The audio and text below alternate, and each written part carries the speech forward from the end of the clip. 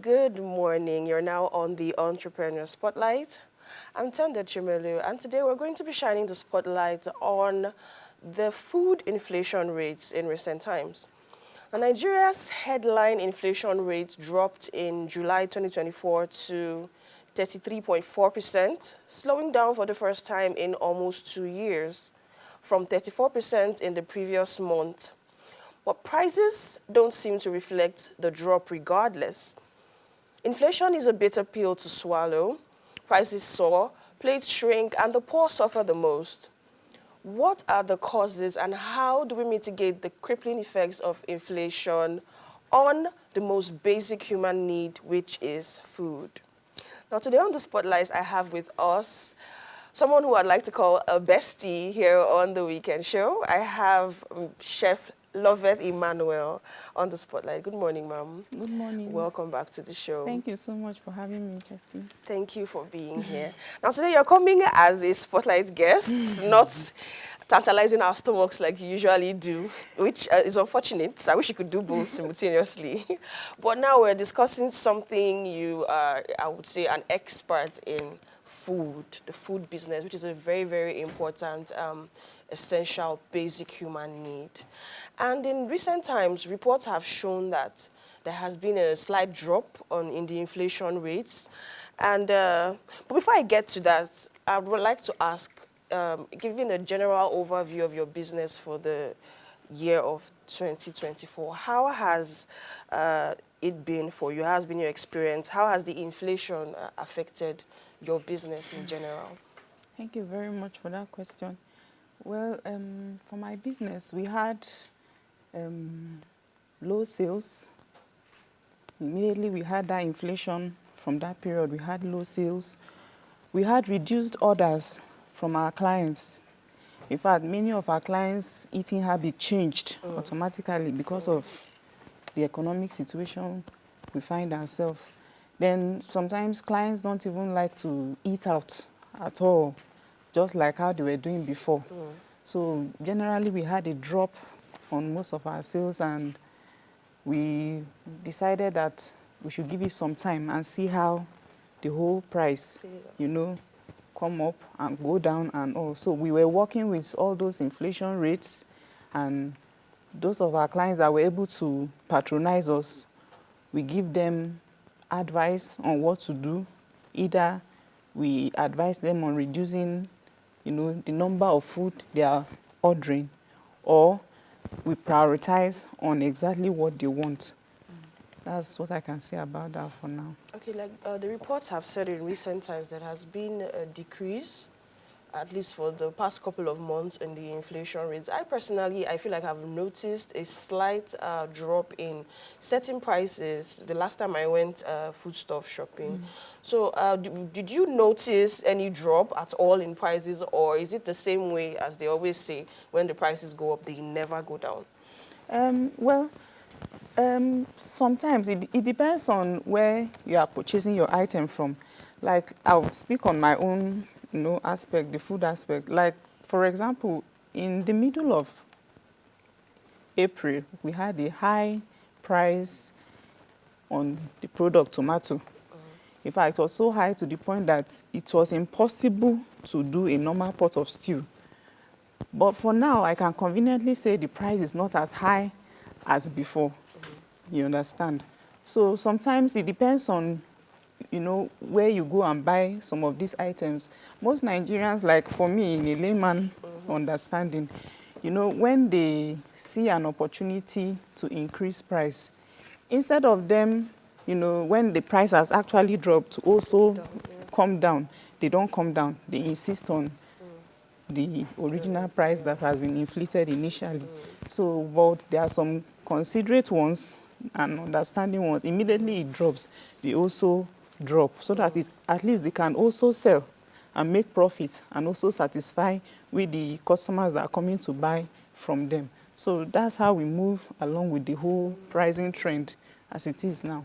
Interesting. You mentioned that some of the reasons the drop in inflation is not reflecting on the prices is because of the marketers, the traders themselves, Yes. not wanting to drop the prices of these goods. Some even give the excuse that, oh, it's old stock, I bought it Yes. when it was the high price and all of that. Regardless of the fact that when they had old stock and the prices went up, they didn't finish selling off the old stock before Yes. increasing their prices. So I get where you're coming from. And you also mentioned the high price of tomatoes. There have been a lot of memes and videos surrounding that aspect.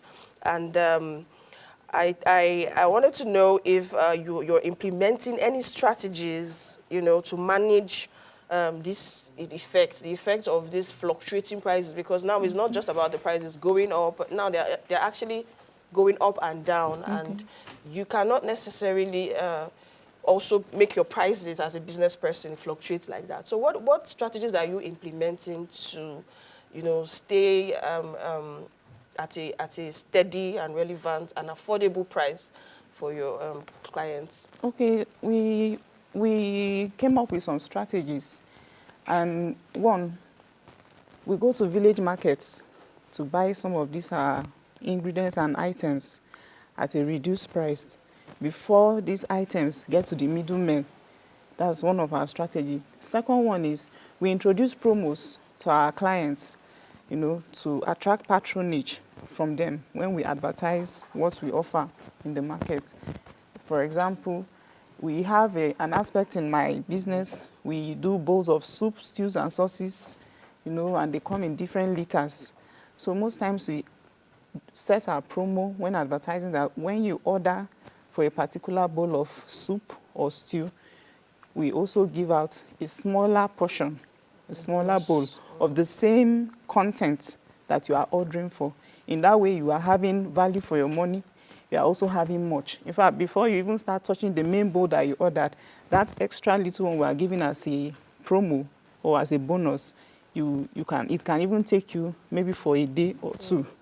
Then another strategy we also implemented is we give discounts on some of our services and products. For example, our outdoor caterings, because we cater for seminars and trainings, we give some certain discounts when we are offering those services to our clients. Interesting. A while back, I have seen some videos on Instagram and TikTok or social media of chefs substituting certain ingredients in order to make the foods that we know. For instance, you mentioned tomatoes, and during that April period when there was a very big hike in the prices of tomatoes, they were selling for as much as 15,000, 17,000 a basket. I saw videos of people using carrots to make stew, cucumber to make stew, and all of that. I haven't experimented with that, so I don't know how it tastes. But Nigerians can be very creative when it comes to management. So as a person in the food business, are there any alternative ingredients you're applying in your cooking in order to make it more cost-effective? Yes, there are other alternatives, but it has to do, with the knowledge and agreements of our clients. The client must be aware that we are using this alternative, to meet his or her need.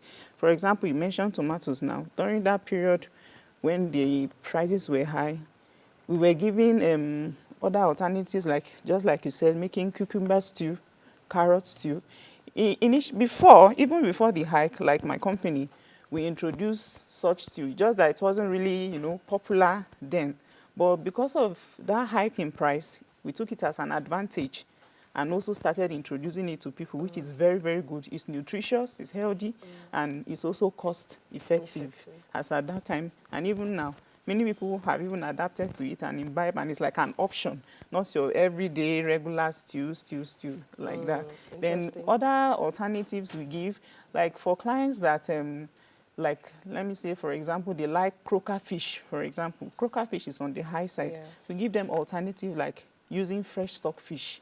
I'm talking in the aspect of like our outdoor catering. Yeah. When we have clients that say, okay, I want to do a wedding, I really want this protein in my meal, I want fish, I want chicken, I want that. So we give them alternatives to also reduce the cost. Thank you very much, Chef Love.